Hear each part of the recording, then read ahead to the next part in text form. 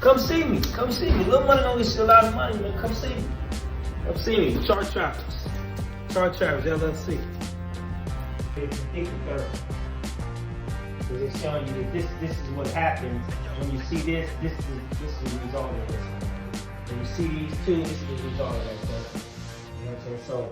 So when you see these two right here.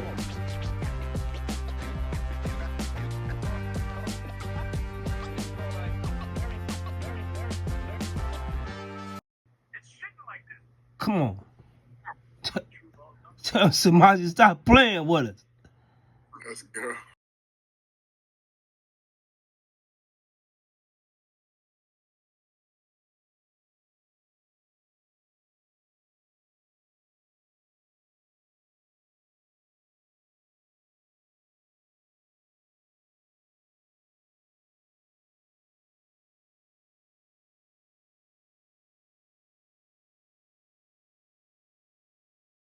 No sense, do you want to die?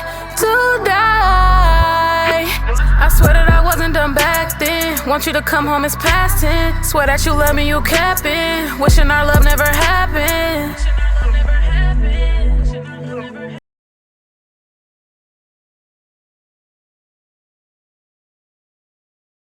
See, I'm thinking, oh boy, I know he digging me too. I know that he a street nigga, ain't got nothing to lose. Gotta watch out for the pics when he be busting and moves. His main bitch been riding, I ain't got nothing to prove. All these hoes stay in they place, don't run they mouth to the crew. But if they do, then it's shorty gon' get the fighting with you. Shit get hot, she gon' help him move that back to shit cool. Hey, what's up? It's your girl, China Harvey, aka The Doll, and we are in the Thadollroom330. Yes, it is our 1 year anniversary, and what other way to bring in the 1 year anniversary besides getting to know the host with my special co-host, none other than Ari More Life. Give it up for Ari More Life, y'all. Let's welcome Ari to the Doll Room. Yes, thank you for having me on your special day. Yes, I appreciate you doing this for me. Yes. Well, let's get into it. How are you feeling today?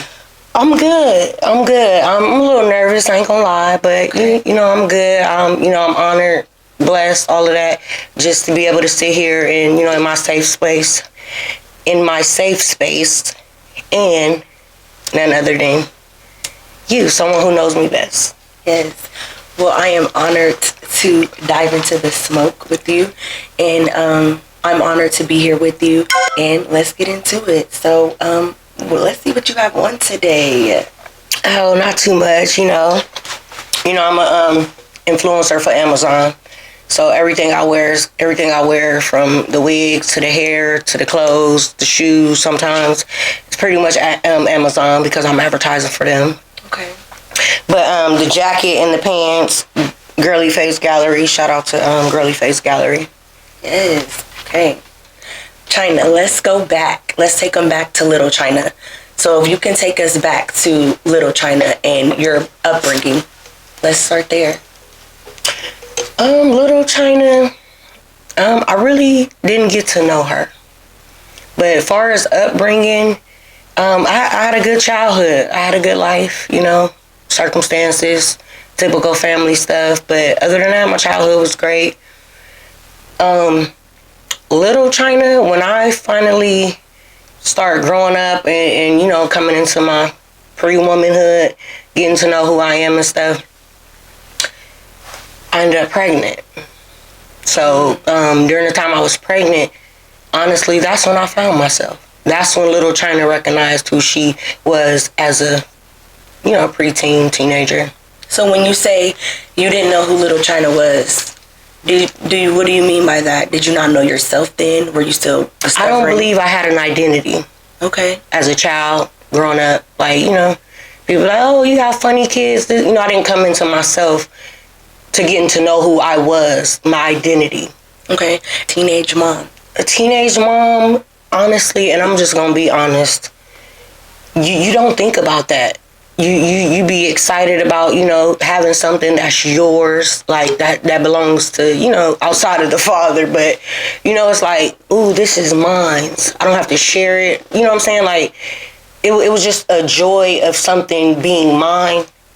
And then the 9 months went so fast. You know, I had a lot of support because I was young. Shout out to my parents and, you know, everybody else involved.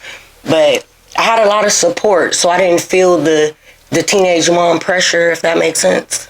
Okay. So it wasn't a lot of pressure. What about in school and with your friends and different things like that? Now, that was different. Going to school pregnant, everybody staring at you, everybody wondering what happened. You know what I'm saying? Like, right. And then, too, it was like, well, who's the dad? Okay. So that was a lot of whispering around the school and stuff. Okay. But eventually, once everybody, you know, figured out what was going on with the, you know, Ohio stuff, I took my daughter. Just to recap, you were in California when you were pregnant, correct? Mm-hmm. But your child's father was from Ohio? Yes. So how did that happen? Shots fired. We about to get into some smoke now. Okay. No, what actually happened was during the summertime when school got out, our parents would, you know, let us come back to Ohio for the summertime with our grandparents, with our cousins and stuff. Okay. And, you know, me coming into my little teenage, you know. Plus, I already knew my child's father growing up, just back and forth growing up. And one summer, got pregnant, went home, found out he actually flew to California to be there for the delivery. Okay. So you were 16, pregnant, you had your baby, and then moving forward, you said you were able to have something that was yours, and at this point you were able to find some identity within that. And so moving along, how were the first 5 years of being a mother? The first 5 years of being a mother, it was fun. It was exciting. You know, you got the first godmoms, the grandparents, the parents. So everything's exciting. Everybody's loving on everybody, loving the baby. And, you know, I had a lot of support. So I didn't feel no pressure. Okay. You know, so shout out to your village. Yeah, I mean, I know they was kind of mad, angry, but, you know, stuff happens. I ain't the first. I wasn't the last. But definitely had a lot of support. And that's how we rocked it out, and I enjoyed it. Okay, so you were 21, and you had one kid at this time? No, I ended up at 19 getting pregnant with my son. Okay. Yeah. Does your first child and your second child share the same father? Mm-hmm. Yeah. In that process, when I was pregnant with my son, my when my daughter turned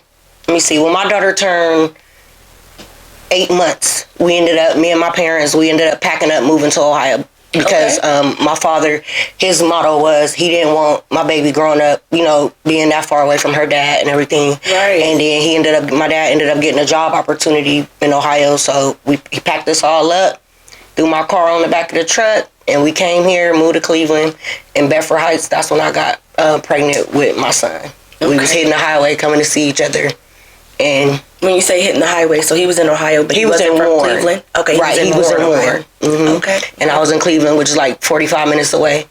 So on the weekends when I didn't, because I was still in school, and my Mama D, she was watching my daughter. And so I had help. And then, you know, my child's father was driving up and down the highway. We was alternating. And okay, so how was living in Cleveland, Ohio? That for me, it was cool. It was bad, then it got cool, and I'm gonna explain a little bit. When I first got there, I was in the 10th grade, but being as that we had moved and everything, I was supposed to be in 10th grade, but they had me in 9th grade classes. So when I got there, only 2 of my classes was 9th grade. So when I got there, you know, I'm coming from California. They like, oh, who the new girl? You know, the whispers, she from Cali. Right. Mind you, we in Bedford Heights. At the time, it's like 98. All the girls is bougie. I'm talking about rocking Burberry, Louis. We in Bedford Heights. I come from Cali. I got the Dickies on, Chucks on, bandana. You know, next thing I know, I'm walking down the hallway. I hear, Killer Cali. I'm like, Killer Cali. So I turn around. He like, what's up, Killer Cali? He telling other niggas like, yeah, this Killer Cali from Cali. So then, boom, I got popular just off the Killer Cali. Because I went home like, yeah, I'm not going back. If I don't got no Burberry, no Louis, and I didn't even know what that stuff was, but I knew it was expensive because they all had it on. Mm-hmm. And you hear about it in the rap songs and stuff. And my dad ended up taking me school shopping, but it wasn't up to the par like them. So I decided like, no, if I'm going to be somebody, I'm going to be Killer Cali. Okay, and who is Killer Cali? a name they gave me because I was dressed like Kendrick Lamar, I guess. They not like us. No, so I took it and ran with it. I was only 9th grader / 10th with a car. Everybody else was on the bus with their bougie asses. I was gonna say, yeah, I had a drop top. LeBaron. Okay. And I was Killer Cali with the drop top. Everybody wanted to be my friend. Everybody wanted to ride home from school. Everybody wanted to ride to school. So I picked my little certain ones and I just kicked it with them. And then on the weekends, I shot down to Warren. Okay. So moving along, you were up in Cleveland, and then you were transitioning back to California, correct? Mm-hmm. And why did you guys move back? Well, remember I said at the time, my dad had got the job offer, so we ended up moving, and plus so my daughter could be closer to her father. So when I got pregnant with my son, I was already 19. So once that school year was over with, it was just like, school wasn't, I ain't gonna say wasn't for me, but being pregnant in school, falling asleep, grades dropping, I just stopped going. My parents thought I was going, but I was really hitting that highway going to Warren to see my baby daddy and coming back when school got out. And eventually, that next year, I ended up moving into my first apartment. And we ended up moving in together and, raising our kids. And then, boom, something happened. I let my brother use the apartment. My older brother, I let him use the apartment while I went to California for Thanksgiving. I took my kids to go see my parents because they ended up moving back. And I told my brother, bro, all I need you to do is pay my rent on the first, $25. Your room was only $25? $25 back then in the Warrenville, $25. Okay, that was income-based apartment? Yeah. Okay, okay. So when I came, I was gone a month. When I came back, I had an eviction notice on my door. Mind you, I'm 19, ain't never had, I don't even, I just see, you got to go to court, they want you to get out. So I called my dad crying. I'm like, Dad, I got to go to court, I got to get out. My dad like, just go to court and see what they say. Mind you, I don't have no car at the time. So I told my brother, I'm like, bro, I need to ride to court because you got me an eviction. I'm going to be there. But he ended up oversleeping, so I didn't go. So I figured, let you down twice. Man, so I figured, I'm like, he about to, they about to just throw me out. So I called my dad crying. He like, man, pack up the kids. I'll get a U-Haul. I'll be there in 3 days to get y'all. Oh, shout out to Dad. Shout out to, Robert Harvey. Okay. So that's how you ended up moving back to California. Yeah. Okay. Mm-hmm. And then from there, how did you reacclimate in California? How did you get back there, on your feet and start again? There, I ended up, with my parents, real supportive again. Got on my feet, was doing me, working. I had one job. My friend Coco, shout out to Coco, got me a little call, one of them call center jobs? Yeah. Okay. Yeah, so I was doing that for like 3 months. Ended up going out and met my last child's father, David's dad. Met him. Okay, how old were you at this time? I was 21. Okay, you were still 21. No, I was just about to turn 21. Yeah, okay. I was just about to turn 21. Okay. Met him, and it was crazy because remember when I said my brother was supposed to pay the rent? Right. And we was in California for that couple for Thanksgiving. You took for the month. Yes. Ended up going out with my mom. We ended up going out. Bumped into my baby dad, but didn't know this was my baby dad. So at the time, he wasn't your baby dad? No, okay. Girl, gave him a fake name and everything, told him my name was Keisha. My dumb ass gave him the right number, but the wrong name. He claimed he called, but I don't know. I ended up coming back home to the eviction and everything. So boom, when we moved back, me and my kids, my mom, me and her ended up going out again, and I bumped into him. And he like, what's up? Ironic. Exactly. He was like, what's up, Keisha? I'm like, Keisha. I know. So you didn't even remember the fake name that you had? Didn't even remember him, no nothing. He like, your name ain't Keisha. He with a dude that I know. Okay. He like, your name ain't Keisha. I'm like, how you know my name? He like, man, I know your name. Your name Nikki. I'm like, oh, he got me. So from there, we started dating, and then that following year, I got pregnant with my son, my youngest. Okay. So Nikki. You don't know who Nikki is. Some people still call me that. That's the crazy part. Some people still call me Nikki. Nikki was a family name when I was young. My middle name is Nicole. So that's where Nikki rooted from? Yes, that's where Nikki comes from. Got you. Went by that in school in California a little bit. Okay. My other name out there was Nick Nack. Okay, so he must have knew somebody close to you in order to know Nikki. Yeah. Got you. Yeah, shout out to Warnie. Okay. Warnie. Okay, gave him the real name. Mm-hmm. Okay, so at this time, you guys began getting to know each other? Yep, we started dating heavily. You know, he was coming through paying for the babysitters. He's older than me. He's like eight or nine. He's about 8 or 9 years older than me.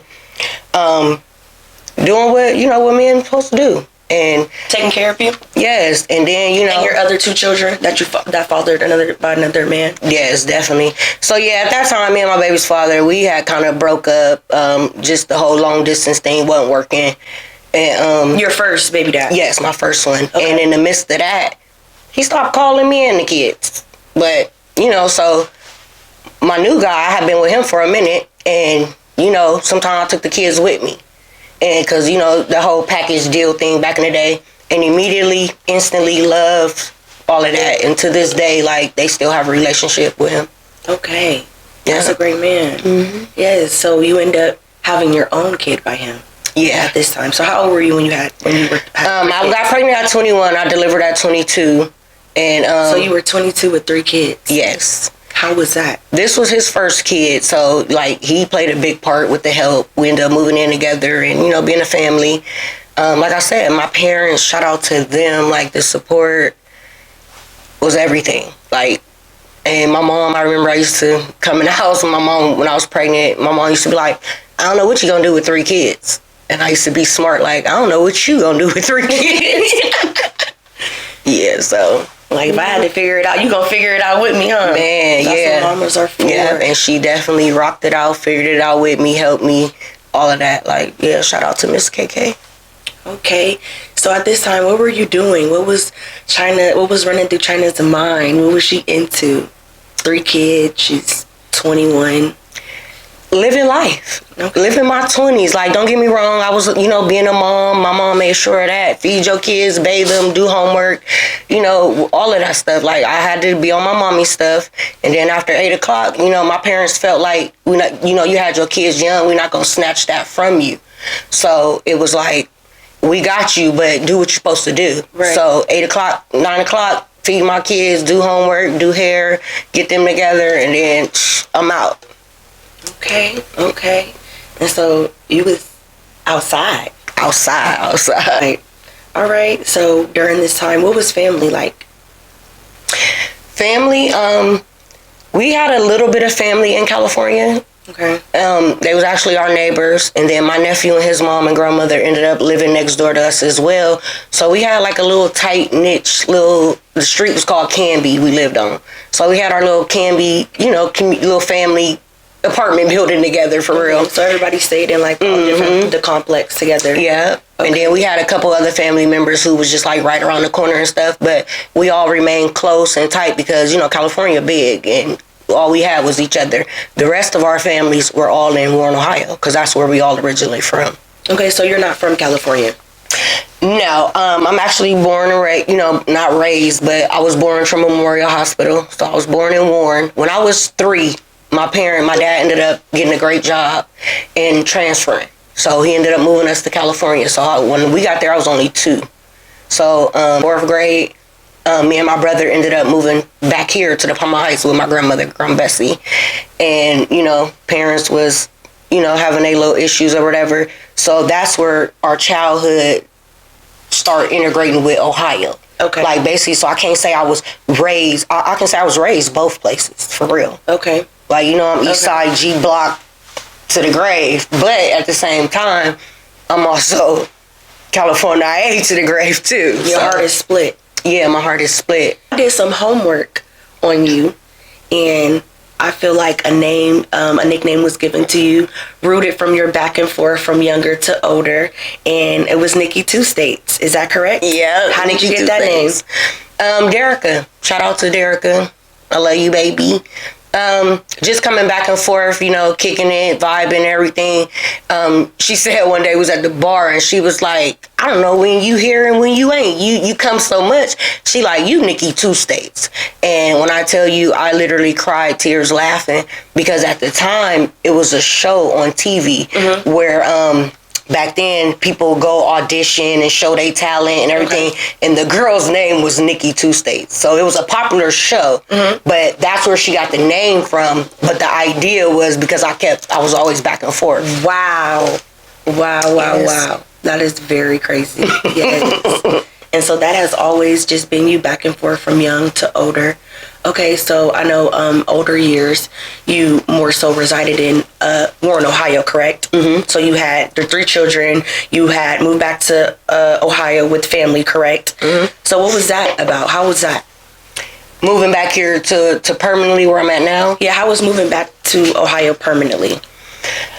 It was scary. I ain't gonna lie, it was real scary. Just the thought of it. I was sitting in the living room. My brother, shout out to Cheddar, he ended up hitting me. Like, let's have a conversation. And I'm like, we on the phone. He like, no, I'm gonna pull up on you. Where were you guys at this time? In California. Okay. Yeah, we was in California. And he was like, I'm gonna pull up on you. So he pulled up on me. He like, what you think about moving back to Ohio? I'm like, bro, get out of here. I said, if I move back to Ohio, I'll never get a husband. And he was like, what you mean by that? And I'm just like, I couldn't, at the time, I couldn't describe what I was feeling. But, he's also from here, back and forth too. But I was here, I've been back and forth more and longer than he has. Okay. So it was like, just getting to know the guys in my era that my potentials and stuff. I'm just like, they cool, but, you rarely see marriage in my generation. Never seen anything long term here? I have, just not marriage. Okay. People be together here 20-some years and never get married. And marriage is something you were wanting? Yes, my parents was married for over 45 years. And so they had a really great impression on you, and then marriage. You have seen a marriage and wanted that for yourself. Yes, I've always wanted stability in my relationships. I've only really had 2 real long relationships, and then was my kid's father. The first one, my first kid's father, I was with him for over 10 plus years. And then my youngest son, I was with his dad 13 plus years. So, longevity has always been something like rooted in me that I wanted. Like, who wants to be bouncing around? The single life is cool, but, you want to get old and settle down and have that lifetime partner. Yes. Yes, your soulmate, that person that knows you. Yes. Yes. Okay, so you were in Ohio during the time and something very traumatic happened in your life. What was that? Traumatic, people have a lot of traumatic times, but what kind of, like, in Ohio? During this, you were in Ohio, and your brother who had called you with this great idea to move to Ohio, and you guys were living in Ohio, and then something happened. Yeah, he ended up going to jail, to the feds, for 10 years. How did that affect you? Okay. That was real devastating for me. And it's crazy just even talking about it. But I did my homework. You and your brother are close. You did. That's your twin. Shout out to Cheddar. That is your twin. You guys are very close. You guys share a close bond. Yeah. So losing him for those 10 years, did you feel like you lost a part of yourself? Yeah, at the time, I'm gonna rewind it just a little bit just so I can paint this picture for you. Okay. At the time, before all of this occurred, I'm gonna rewind. Before all of this occurred, just like we said, growing up out here back and forth, I had childhood friends that, became my sisters and stuff. And it was a group of us. And, my brother, we twins. We like to party. We like to be outside. And, we fresh just moved back here, bought our houses, and, we hanging out, getting to see everybody. And, so we developed, the party crew. And, we all used to get up, get dressed, go out and everything. And when he went to jail, it was just like, it was a hit. I believe, for everybody, but because that's my brother, it was a hit for me because we grew up together. We grew up in a struggle together. We grew up in, we grew up gang banging together, like everything. And so when that happened, the day he got sentenced, I ain't gonna lie, I took some pills that day because I knew that was gonna be a rough day. And, biggest mistake of my life. But were you trying to escape from something? I didn't know what was coming ahead, how long they was gonna give him. I knew just the things he was saying about how much he was facing and all that. But you don't think they're gonna be giving them. You don't think they're gonna give the people them. You know what I'm saying? Like you be like, you just talking. You don't know what they gonna give you. Right. But they ended up giving him 10 years, and the day I sentencing, and he now we joke about it, but he still be like, man, I remember looking back in that courtroom. He like, and then when you got up there talking to the judge, because they let the family say something to the judge. Did you say something? I'm up there zooted. Judge, please don't take my brother. Like, he all I got. Please don't do this to me. Like, please don't do this to my family. I'm crying. Wow. I'm doing all of that. Like, I'm doing all of that. And he be like, man, you was gone that day. And I'm just like, yeah, bro, I was zooted. I couldn't even add up. You know how the feds do, they do it in months. Okay. I couldn't even add up what they had gave him. Right, because at this time they don't say years. So right, they say months. Right. So I'm like 1,000 something months. Like, it ain't even registering. Only thing I remember at the time, you know, that's why me and my brother so close, because at the time, me and my husband had only been together a year. And I remember our 1 year anniversary of us being together, he ended up asking my brother to help him plan a surprise engagement for me at my grandma's house. So it was the fact him and Brandon had got to bond for a little bit. And then, you know, it was just fresh. We was only together for a year. You don't know how long things about to be, or, you know what I'm saying? So it was just like, damn, he about to be gone. Like, okay, so wait. Your brother who called with his plan to move to Ohio. Yeah. You said you didn't think it was a good idea because you would never find a husband. Never find me. I said, bro, I'll never have to get a husband out there. But during the time of your brother's sentencing, you were engaged? Yep. 1 year. Okay. Yep. Mm-hmm. My brother ended up getting sentenced. I'm sorry. Take us back to that part. How did you and Brandon meet? Okay, so we met, mind you, everybody, you know, we from Warren, small town. His family, I've been knowing his family, like his cousins and stuff, kicked it with them, hung with them. One of his cousins was 3 of them was a part of the party crew, like, because I knew them before I even met him. And so when I met him through my cousin, Silk. Shout out to Silk. They're best friends. And my cousin was like, cuz, my dude want to holler at you. And I'm like, yo, dude, who? He like, my dude, D-Lo. I'm like, oh, cuz, it's hollering at people. And, you know what I'm saying? And at the time, I'm up. I ain't even gonna cap. I'm 100,000 up. Okay. So niggas is coming at me. What's up, Nick? What's up? Left and right. Not taking them serious. Not my brother in my ear. Like, the only reason they after you is because you're up. No, the only reason they after you because you up. Right. So I'm like, oh, whatever. So, you know, in so many words, he like, you know, my dude really like you, but, you know, at the time, you know, he wasn't on his feet. Okay. So he was a little intimidated? Right, he did. That's why he didn't say nothing to me himself. Okay. So I'm like, he ain't on his feet. So that's why he ain't say nothing to you. A bulb went off. I got money. I can take care of myself. Right. I don't have the feeling I'm missing inside. Right. I got my brother, though, because we still rocking, my family, my kids, but I didn't have another piece that was in my puzzle. A partnership. Yes. So, fast forward, I tell him, I'm like, you know what? Give him my number. The third day, he ended up coming over my house. I ended up cooking dinner. We watched the movie, and he never left. Dead ass. I ain't want him to leave. Oh my goodness. I'm like, where your clothes at? Where they at? Where you live? Yeah, they over here. Talk about a love story. Over here. And yeah. Okay. Never left. Okay, so Brandon, you guys were engaged about a year at the time your brother was sentencing. We're gonna go back to that. Okay. And you didn't know where things were headed. So your brother got sentenced 10 years and you were lost. You said you had taken these pills. You had a void that needed filled. Yeah. I remember coming in the house from sentencing. I had rode with my parents. I remember my mom calling Brandon on the phone. We had just got off the exit to Warren. I remember my mom calling Brandon because he didn't go. And she was like, Brandon, I need you to come get Nicole out the car. And, you know, I don't think my mom even knew about the pills because this was like the second time, I think. Okay. But I was that gone to where my mom and my dad, they knew it fucked me up emotionally like bad. Because everybody knew how close you were. Right. They wasn't even thinking pills because I'm 10 times emotional. Right. But it's real though. Right. So my mom just like, I remember I'm in the back seat, stretched out, gone.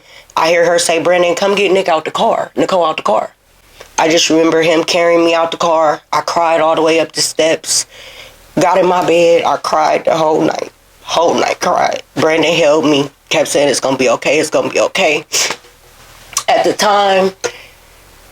time, it was crazy because, you waiting on that phone call after sentencing to talk to your peoples. Right.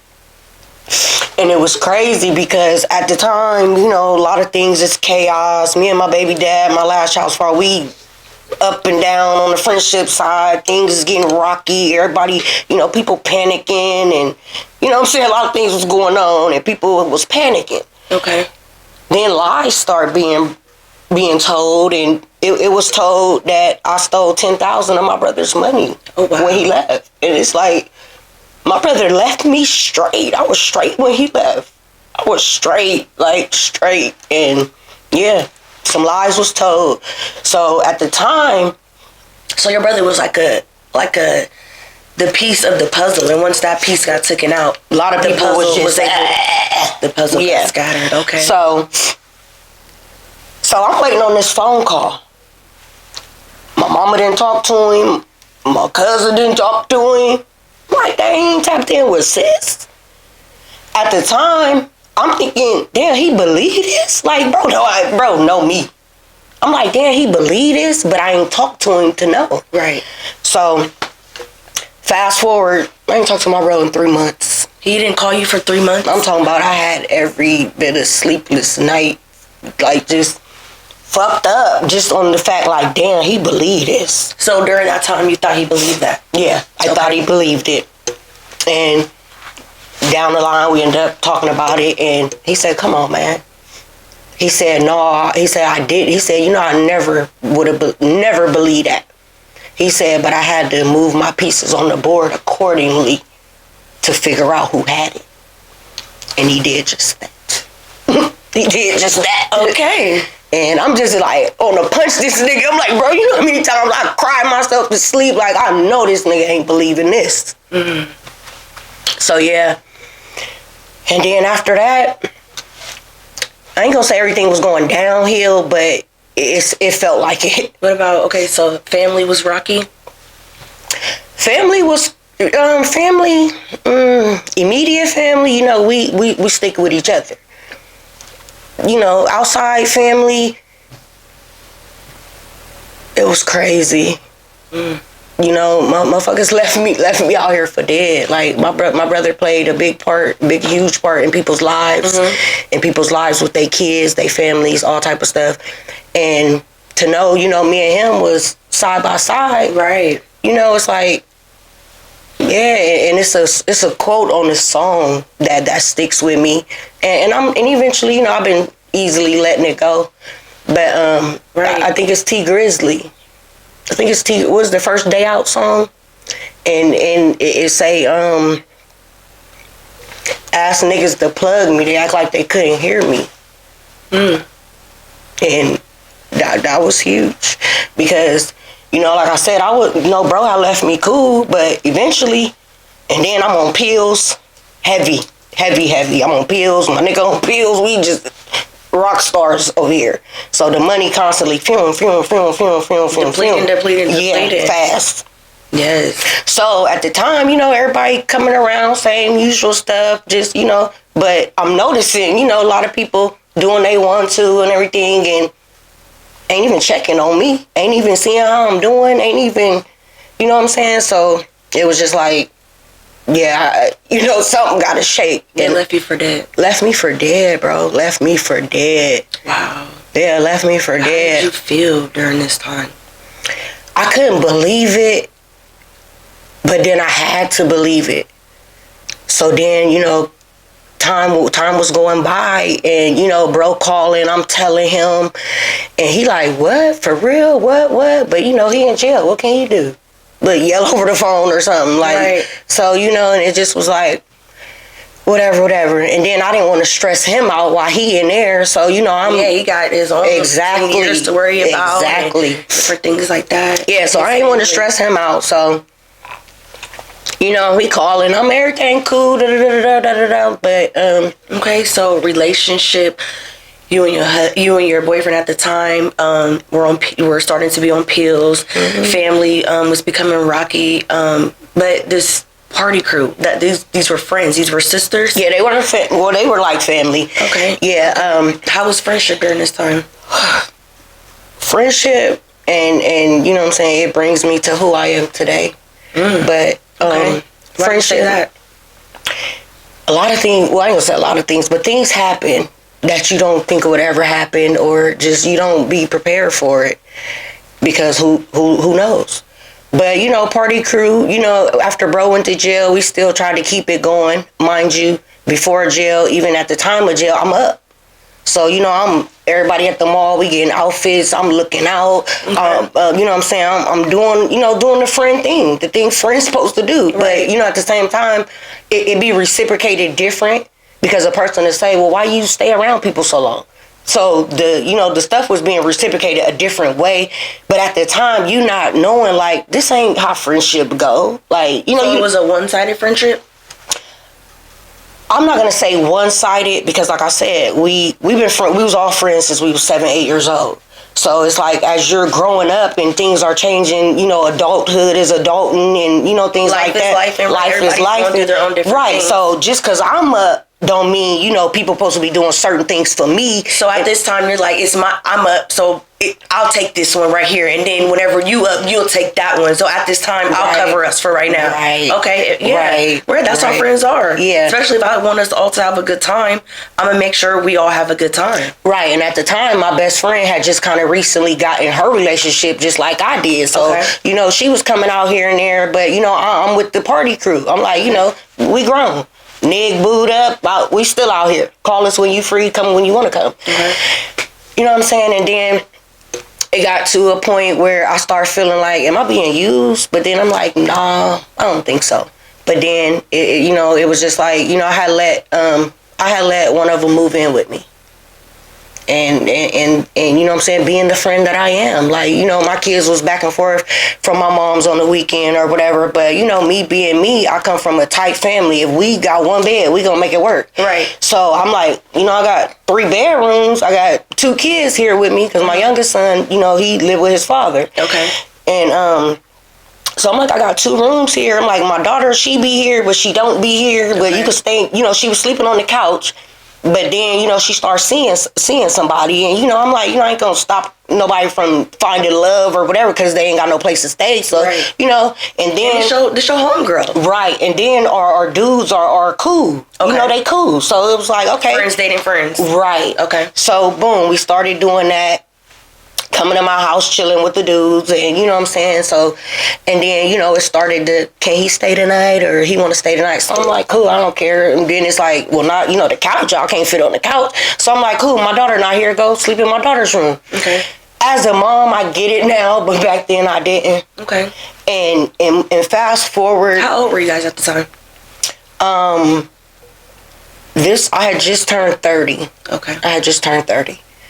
And, you know, at the time, you know, my daughter started staying away more at my mom's house.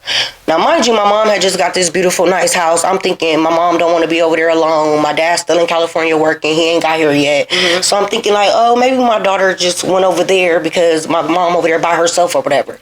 Yeah, so eventually my daughter stopped coming home. I'm partying, doing me, not even realizing. Mind you, I'm off the pills. You know what I'm saying? But everything, I'm just not all together. Right. So, fast forward, you know, time go by, and this is how me and my husband got real close, the bond we have. Okay, how was that? 6 months after my brother went to jail, mind you, couple family members, niggas, whoever, turned their backs, you know what I'm saying, left me for dead, still have my bitches. Next thing I know, I'm going, you know, my dude, my husband, he never was on the you can't go out, don't go out. He just don't like to go out. But if I ask him, he'll go. Okay. But I don't be, you want to go. So, right, and he don't be stay in the house. No, he bet you look good, go have a good time. Okay, shout out to him. Yeah. That is a secure man. Yeah, so mind you, everybody used to, we going out tonight, what we putting on? Everybody got something to wear? Oh, I don't got no shirt. Well, come on, bitch, get up. Let's go to the mall. Let's get you a shirt. I ain't got no money. Girl, you know I'm gonna buy you a shirt. Come on. Right. Then I felt like it started being every time I called, they didn't have something. And at the time, my money is going slowly. So this started being a repeated pattern? Yes. Mind you, I love to go out. So, and they know it, but they were gonna go too, I believe. But they, so I start not getting no calls when my money got to running out a little bit. Nobody was calling me to go out. And I'm like, well, is it because I'm in a relationship? But they already know my nigga not tripping. Like, you're trying to figure out why not. The phone calls are getting shorter and shorter and less. Yes, so boom, I'm going out. Now, mind you, party crew, we was out probably at the time. You had a couple different bars jumping on different days. So, probably like, now, when I got in a relationship, I really didn't do the weekday go out. But if it was like a Thursday ladies night or something. But he start, babe, go ahead. You ain't scared to go by yourself, so go. Okay. So, I'm like, yeah, I can go out. I know somebody. So after the phone calls start getting less and less, you decided you gonna start going out by yourself. Yeah, start going out by myself. Get there, they all together. About 6 of them. So when you would get there, they wouldn't even call you to... No. Bartender. Bartender, yes. So no, So I'm going out and I'm like, damn, y'all bitches ain't call me. I thought you was out with your nigga. But it's my nigga don't care if I go out. So, like, why y'all ain't calling me to see? Or, you know what I'm saying? I'm calling too. They, texting me. Oh, I don't know if I'm going, whatever. So, you can say right there if you want. So then, after I started seeing it for what it was, man. What was it? I felt, and I'm gonna be honest, I felt used. And why were you no longer useful? Is it because the money was gone? I believe my money was going out. At the time we all was going out, I was pretty much the only one with a car. Okay. People start getting cars and then start being 6-7 deep in their car. 6-7 deep in their car. But the whole time we was 6-7 deep in my car. Okay. But people were 6-7 deep in their car, but before you guys were 6-7 deep in your car? Right. We were in my car and then, but that's what I'm saying, I felt used because I'm the ride, I'm the outfits, I'm the way to get in, I'm the drinks, I'm all of this. Because me, I want to have a good time. I don't got time with nobody with no sad face, no, I only got one drink, and they know that about me. You want everybody to have a good time. Exactly. That's the best way to be. Exactly. Everybody's enjoying themselves. Right. Yes. Right. So then you get the selfish ones who, I ain't got no shirt. Or, you know what I'm saying? Because they know your pattern that, you're going to make everybody, not please and kiss everybody out, but you're going to make sure, these my bitches, I'm going to make sure they cool. Okay. You know what I'm saying? So, I quit going. You got a big heart. Definitely. I kept going out. He started going with me like, I'm going. So now you and your boyfriend at the time are going out. So now we bumping into them. Hey, y'all. Hey. But the haze and stuff is, it's kind of drowning out a little bit. But, I ain't thinking nothing of it. I'm just like, I'm out with my nigga. So fast forward, an incident happened in our family. And I ended up, now, a lot of them I still see them. And, hey, how you doing or whatever. But as far as the hanging out and stuff, no. My best friend, shout out to Sway. We've been friends for almost 30 years now. That's never going to go nowhere. And at the time, like I said, she was into her relationship fresh. Okay. So she knew because I would vent to her, but she didn't experience a lot of that because she was put up.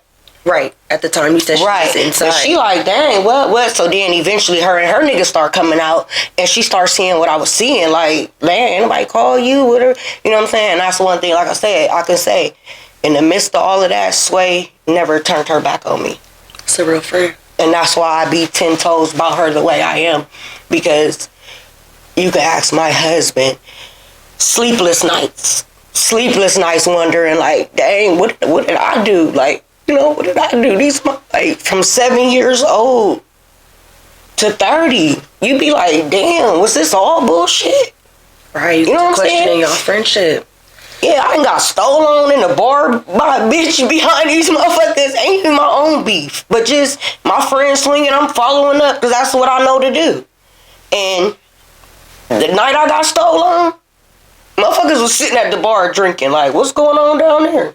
But at the time, my brother was with me. We had some friends down here, and we, shout out to my cousin Tat, came outside with her cousin, got busy.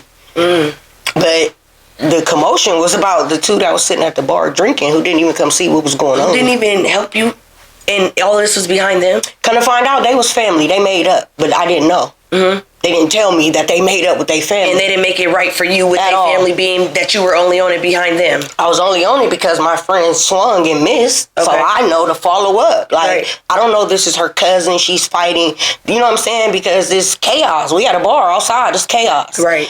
And come to find out, they squashed their family little shit or whatever, and in-house, left me out, and boom, got knocked out. Not knocked out, but got stolen.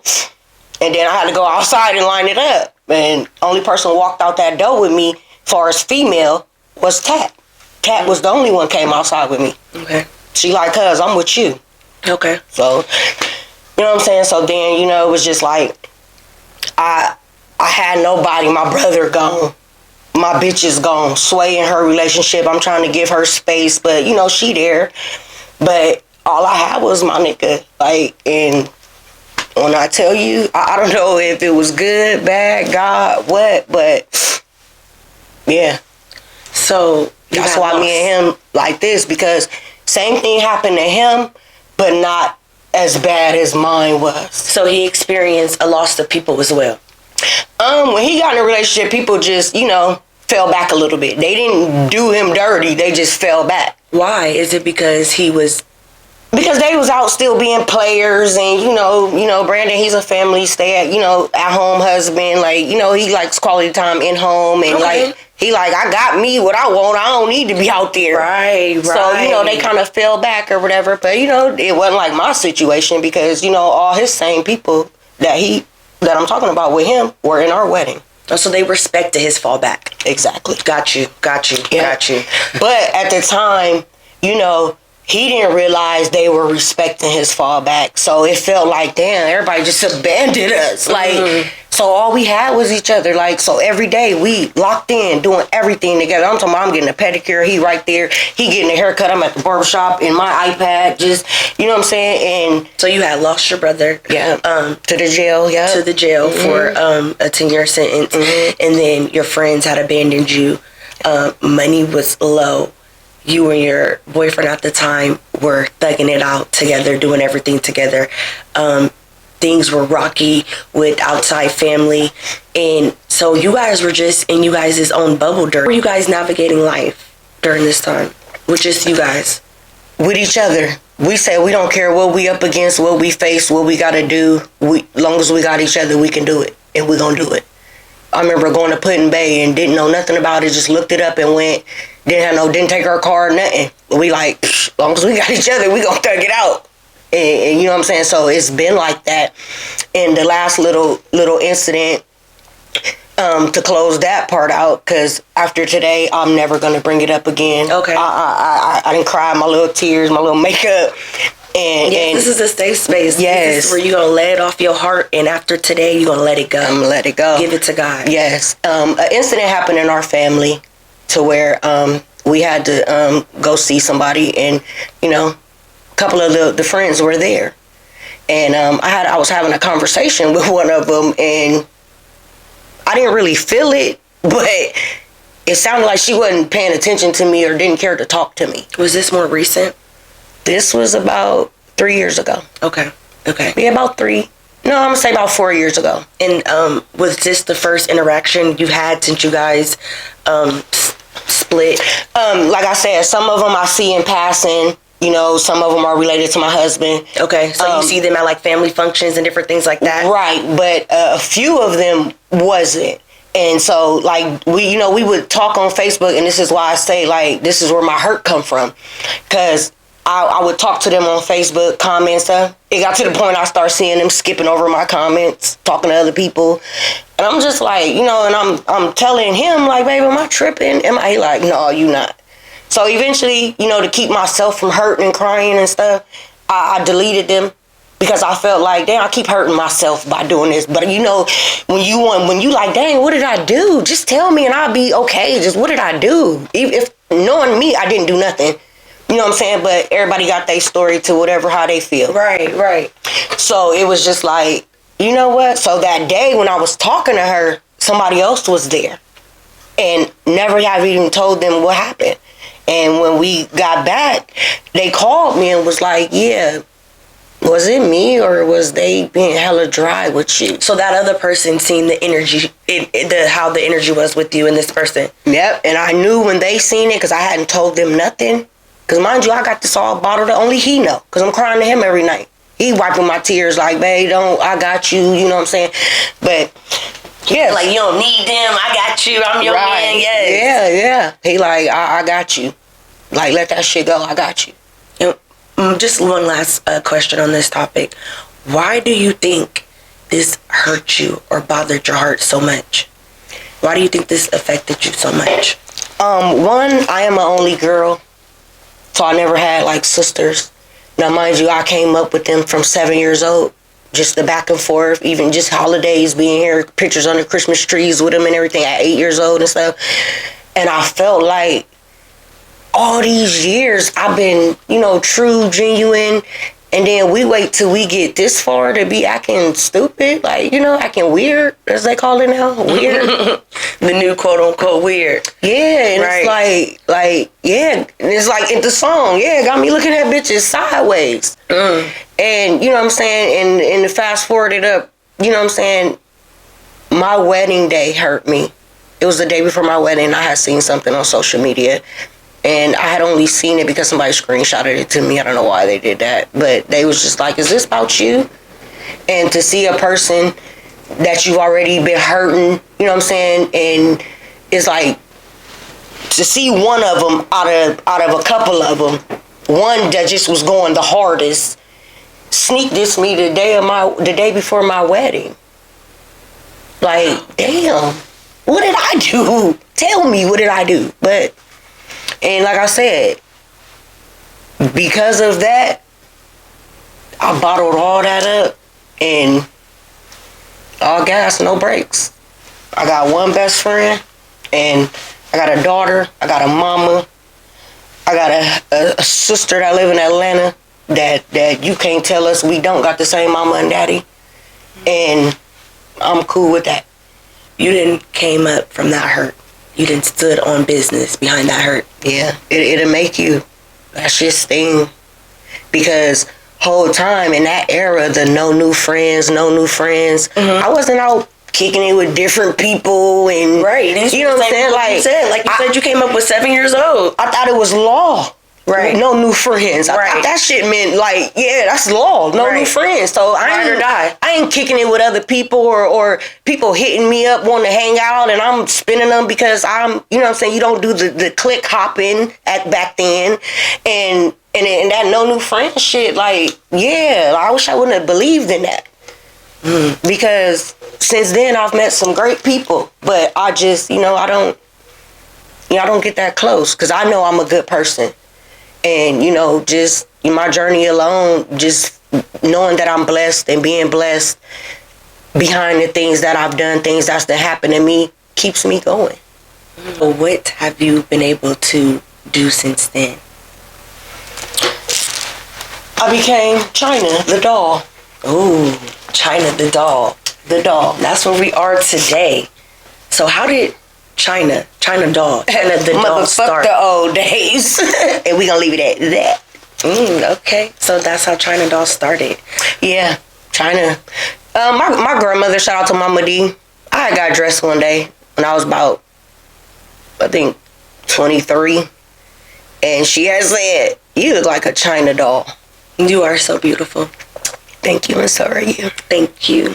She said, you look like a China doll. And at the time, I'm transitioning from Nikki, knick-knack, Nikki Two States, Go Ham.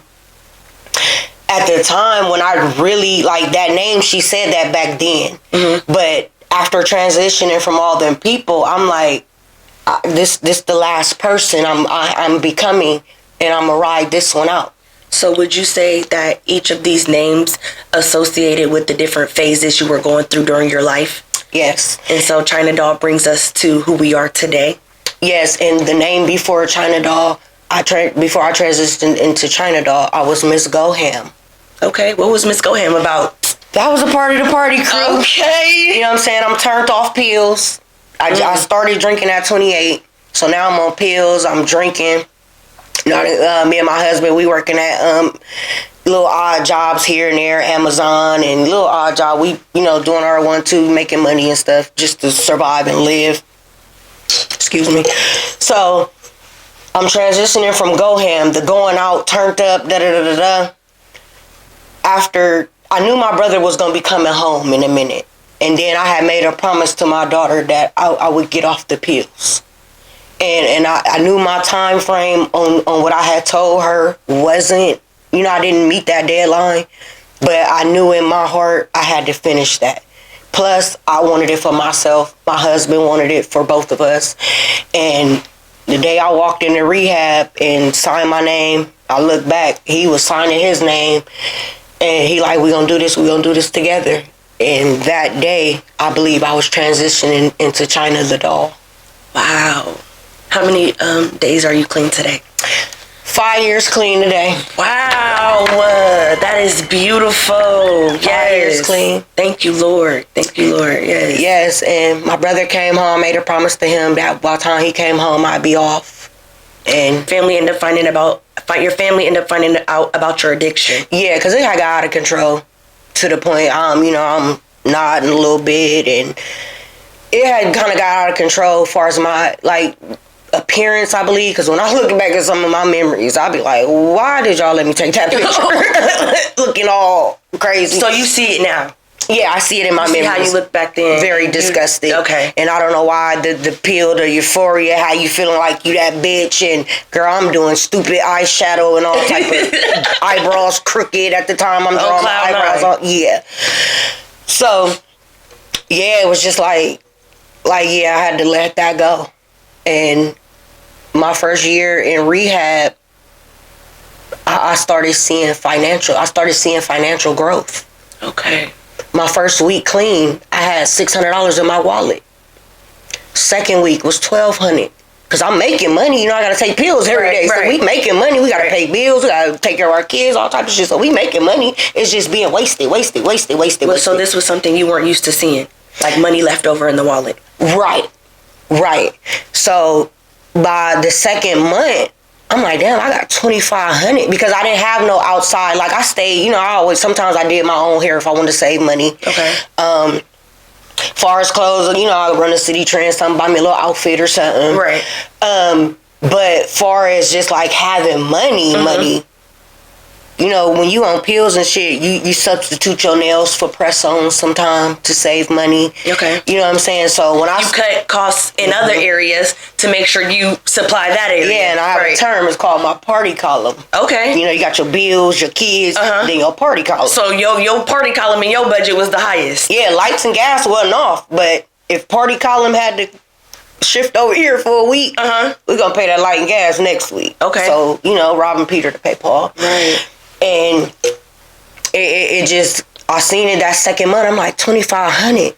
So from life on the pills versus life not on the pills, what was the biggest highlight for you outside of the financial freedom?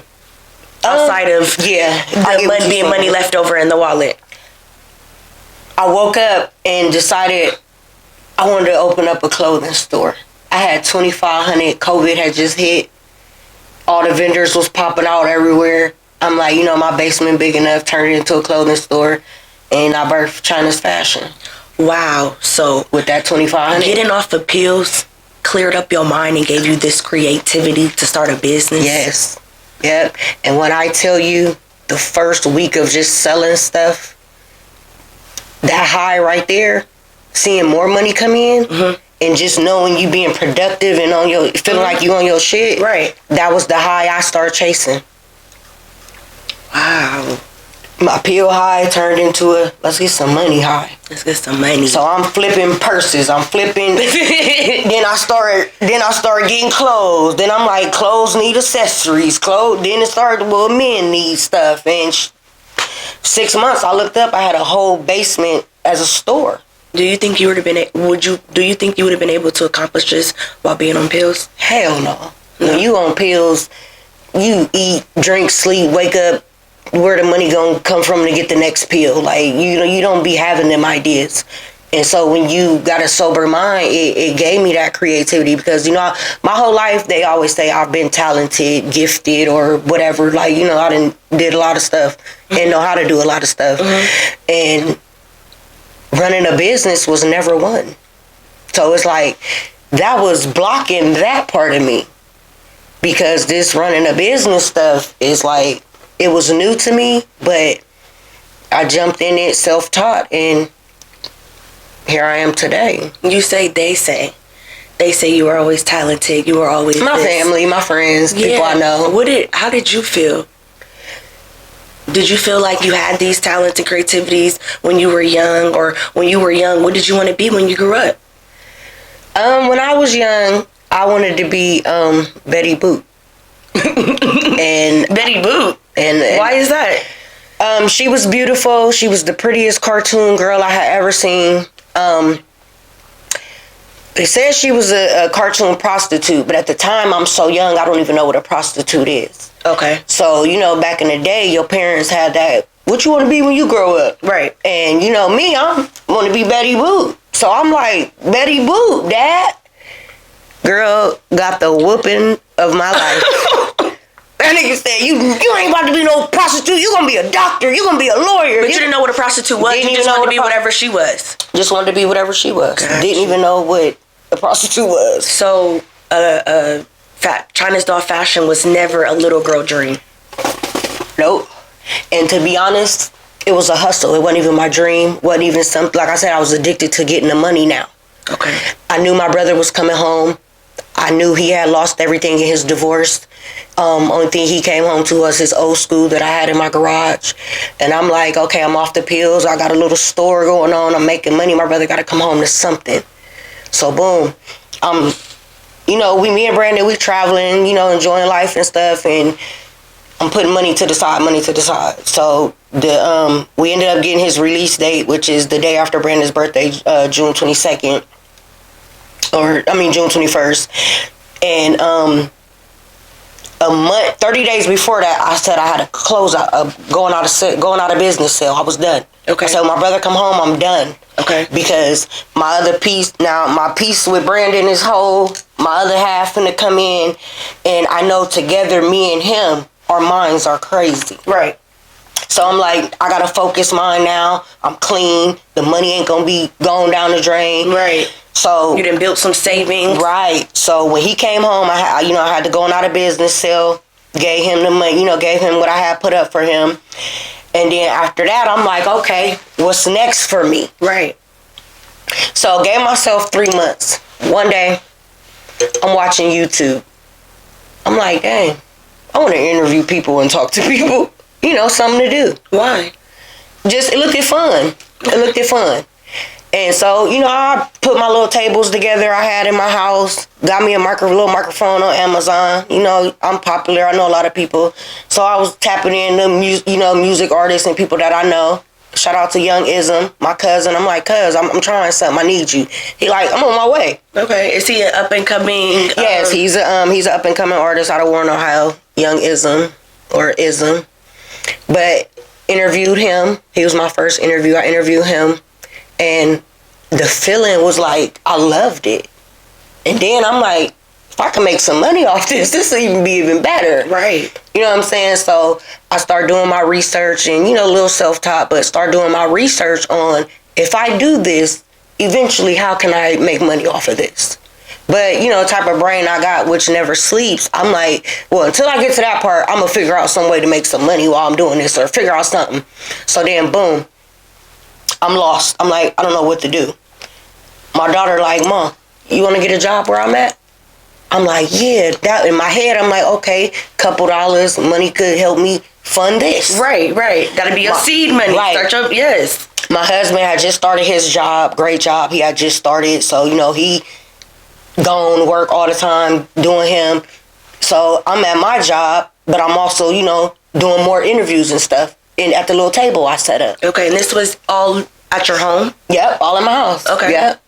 And so one day I showed it to my brother. I'm like, twin, what you think about this? He like, it's cool. I just don't like the way it look. I said, bro, what you mean? What was the look that? What was the he look said that it like? was giving an old episode of Martin. I guess the quality, or I don't know, but or like just that it was time like period. Fuzzy, yeah, it wasn't like in 4K or nothing. I don't know. I'm off the quality of the video. Right, I'm off the iPad with it. Okay, mind you, I ain't invested no money because I'm like using what you got. Yeah, I'm like I don't know if I want to do this, but I'm using what I got to see if I want to do it. Right. So boom, he like I don't like the way it look. So I'm like, bro, whatever. So he like, no, if you jazzed up your background a little bit. So fast forward 3 days later, he come over. He like, did you come up with something? I'm like, come up with what? He like, man, for your interview and stuff. Oh, so he was serious. Serious. I'm just like, what? I didn't even know what he talking about. So he like, come on, man, let's ride to Menards. So I'm like, all right, we go to Menards. He like, you like this floor? What's up with this? What's up with this? What's up with this? I'm like, yeah, that's cool. He like, yeah, we need to go back to the house and measure the floor. I'm like, what floor? He like, the one where, what I'm saying, where we at right now. Next thing I know, day 7, we was done in here, in this doll room. Wait. Yeah. You show him a video of what you were doing. With Ism. Your first, podcast or interview. Yep. He liked the interview, didn't like the quality of the interview, said you needed to switch some stuff up. Came over here 3 days later, took you to Menards and was measuring floor. Measuring floor, yeah. In 7 days. 7 days flat, man. Shout out to my husband. Shout out to my brother. Shout out to my mom. Shout out to Robert Jizzy, my aunt. Shout out to Cash. He helped. Yeah, we got this thing together in 7 days. This is beautiful. This is Thank you. I appreciate that. Beautiful, safe, welcoming space. Thank you. Wow. Yeah, so it's like, when you got, other than your husband, he gonna believe in every dream you got. Every idea, whether it's bad or good, he gonna, you know what I'm saying? But yeah, do that. But he know his wife though, and he tell me all the time, babe, you don't see who I see. You don't see who they see. Wow. And I'm like, I don't be getting it. And he be like, when stuff happen or something, he be like, I told you, you don't see who they see or see what they see or whatever. And I just be like, oh, he just be gassing me up. But to know that my brother believed in me off of just that little table interview with Ism. That he put into a whole investment. Yes, and when the vision, now mind you, we argue like cats and dogs. I was back here. Oh, so this one just sweet. No, 7 days, ask my mama. We arguing. Cause he's real like particular like I am. Like okay. My brother's whole thing, you gonna do it. He likes things a certain way. Yeah. To a certain standard. Exactly. Got you. So I'm like, no, this we arguing, kicking and screaming to the point I was like, what, you a Ken doll? You act like this is your doll room. He said, look here, bitch, you ain't Barbie. Mind you, my mom back here like, y'all cut it out. Nicole, it's gonna be okay. Y'all arguing like kids. Man, every day.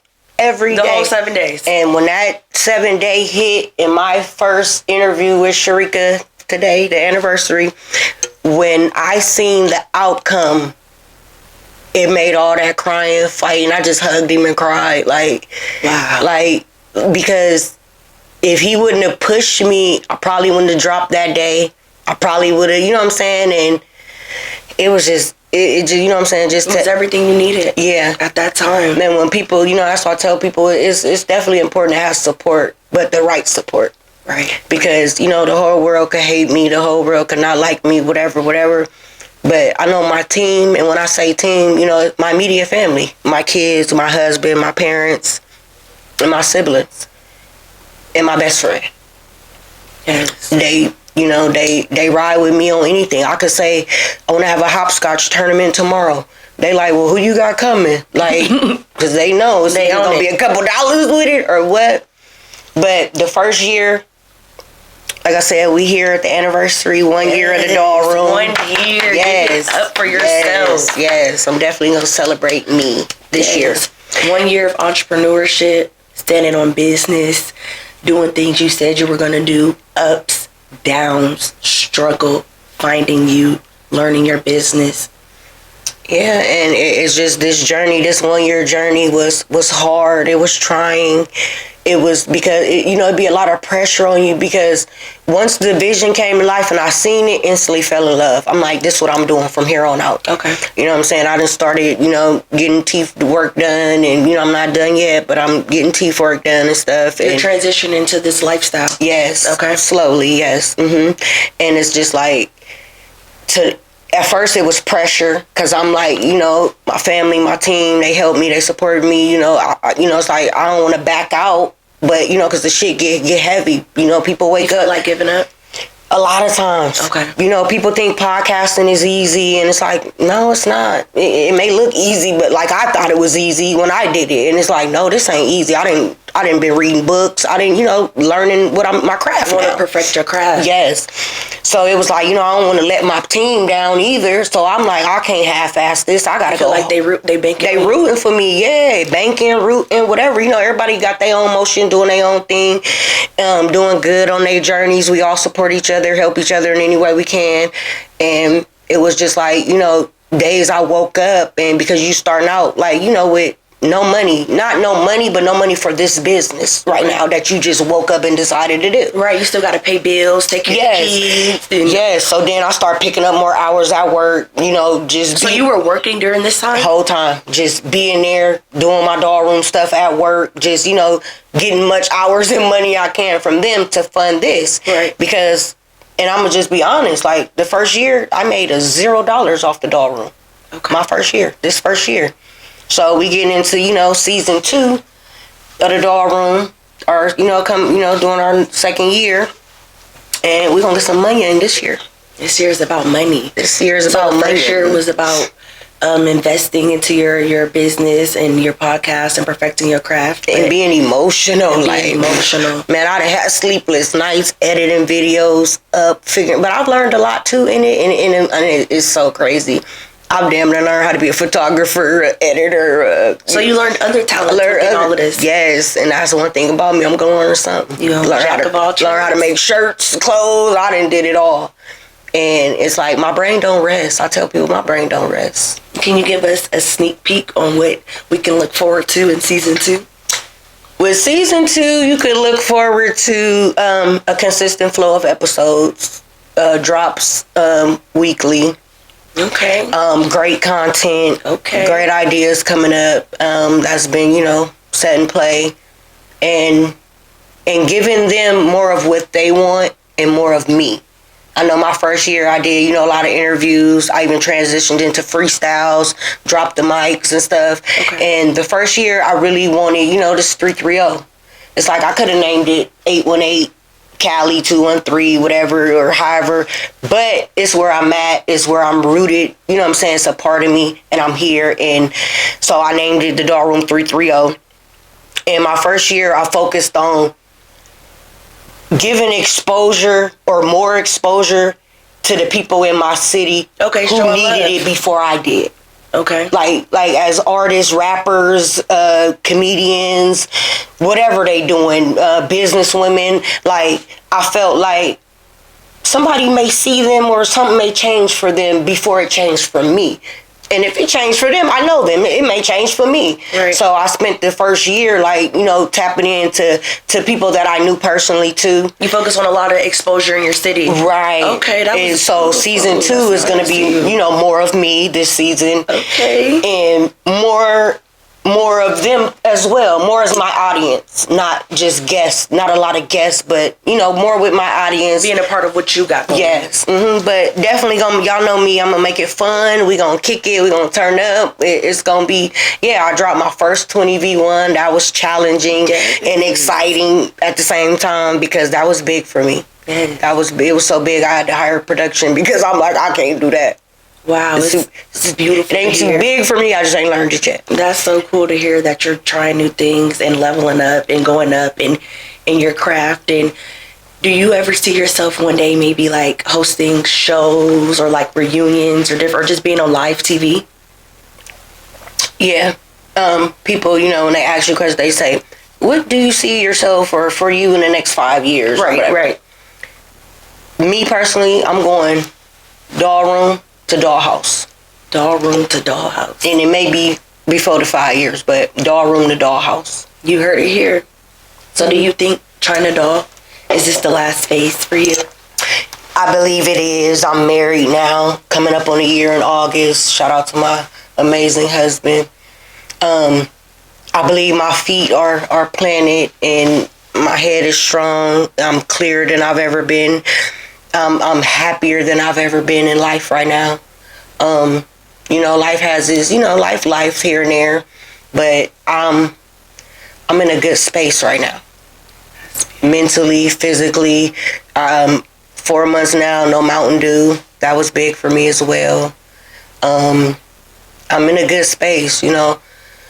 Although, you know, my best friend, you know, my niece, her daughter passed away. So I'm, you know, been more so just, you know, I deal with that still because, you know, that was my baby. You guys were close. Yeah, we were close. She also was here, featured, did a freestyle in the Thadollroom330. Yes, and it's so crazy because she wasn't scheduled, she wasn't booked to come, but you know me, I'm just like, what you doing, baby? She like, trying to get to that doll room. I said, girl, go get your makeup done, go get you something to wear and bring your ass here. She like, well, we gonna do an interview? I said, no, we're gonna do something even better. I said, your story ain't done yet, so we're not gonna give it to him. I said, we're going to put your music out there. And I'm going to continue to do that to the day I die. For her kids, for her mom. You know what I'm saying? The level of growth I'm trying to get to, I believe, if not her sons, I believe I will be the one to push that out there for her. Yes. With this platform alone. Yes. So it was amazing having her come, and you know, it's great to have them memories because what if I would have never did that? It's Kaya. It's Kaya. Okay. Yeah. So where are we going? We said the doll room to the dollhouse. Yeah, dollhouse. I'm gonna go dollhouse, Thadollroom330 LLC, but I'm not gonna change the name, just the atmosphere, just the, you know, dollhouse. So just with everything you have saying, it seems like God has taken you on a journey. You have gained a lot of things. I ain't messed my makeup up, did I? No, girl, you're still ahead, beautiful. Thank you. Go ahead, my yes. bad. God has given you a lot of things, but also taken a lot away from you and just added on to you. He has poured into you. He has leveled you up. I see the growth within you, within your business and the lifestyle that you and your husband, your marriage, your business, your family, everything that you're taking serious and really focusing on your goals and making sure you achieve everything you say you're doing. So I just want to applaud you here on your platform and give you your flowers. Thank you. Thank you. If you could name this chapter in your life, what would it be? This chapter of my life, if it had a theme to it, what would be the theme? How about a theme and a name? Okay. That's good. Yes. You making me think Give me now, both. girl. Give me both. For the name, I would say this chapter of my life is called Standing on Business. That's what this chapter is called because, you know, like you said, I have a good heart. I'm a good person. I know that I am because people call me that. I don't call myself that. People actually tell me that. And I know, I believe it. This chapter of my life, I'm more focused on, you know, I'm still going to be me. I'm still going to, because my blessings, they come in so many different ways. It's crazy. So I'm still going to be me, but I am going to be a little firm about me, if that makes sense. Yeah, like me. Setting boundaries and sticking to them. And yes. Yeah, for sure. Because, you know, I'll be all over the place, open, just anybody can reach me, anybody can ask me, anybody Big can... heart, open heart. Yes, and it's like, yeah. Less accessibility, like people can't access you as much, and just, you know, boundaries. Okay. And the theme? The theme is outside. Like, I'm not old, but I'm not young. And, I'm just about me and my family. We about creating memories. Okay. And, we have inside memories, a lot of them. But, the family I have, the outside family? We are outside family. Okay. Not in. So our memories that, we're going to create and everything the theme is called outside, but the name is standing on business. Because whether I'm inside or out, I'm going to be standing on business this chapter of my life. Okay. Because this is the last chapter for me. It's the last chapter. Yeah, this is the last chapter, and I'm going to rock out with it. I'm rocking out with this one, so you may see me everywhere. Okay. I've earned that right. My children are grown. My husband, he supports me in everything I do. I support him, and we both, talked about it. And if outside is where we gotta be, we outside. Outside is work. So when people see me outside, trust and believe I'm outside, but I'm working too. Right. Shout out the Thadollroom. Shout out the Thadollroom330. Yeah. Yes. So, and he understands that. And, it's like that balance we have is great. I love it. Because, like I said, harmony. Yes, because, he's not a go out person, but he will go. Like, especially on big nights, supportive nights or whatever. But he has no problem with it. And, you know what I'm saying? I love that for us. Like, we have a great bond. That's so wonderful to hear. I truly love hearing Black love stories, yes. Black couples, and just strong, and marriage still being something in today's, just with everything going on, these new generations. Right. You guys being role model for the younger generations, for your children, and for the other people in your family. So that's beautiful. Mm-hmm. If I could name this chapter in your life or give it a theme, I would name it The Underdog on her way to the top. Period. I'm saying a little out for people in the back. Period. Yeah. I really feel like from hearing your story and seeing where you're at and seeing where you're headed, not knowing what's in store, it just seems like straight elevation. I would say the underdog. Yeah. On the way to the top. I like that. The underdog on the way to the top. I like that. I like that a lot. Been counted out, but they couldn't count. They couldn't count because, definitely been counted out. And, by people I love the most. What they gave everything for, did everything for. And that just bounces back from friendship to family to friends. All of that, what we talked about, that did it. Well, I thank you for having me, letting me be here to help you express and tell your story, and inviting me to this wonderful safe space. And thank you. Yes, and I just want to say, I appreciate you doing this for me. This was big for me. I don't, people know me, but, they don't know a lot about me.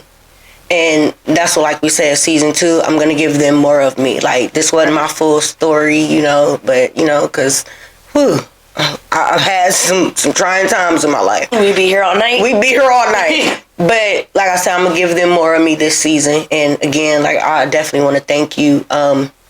Definitely my safe space. I appreciate you. I love you. And what other person, could I have picked to do this who don't nobody know me quite like you do, girl. Don't nobody know me quite like you do.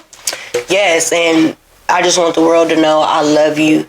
I appreciate all your support. I appreciate them talks. I appreciate our bond.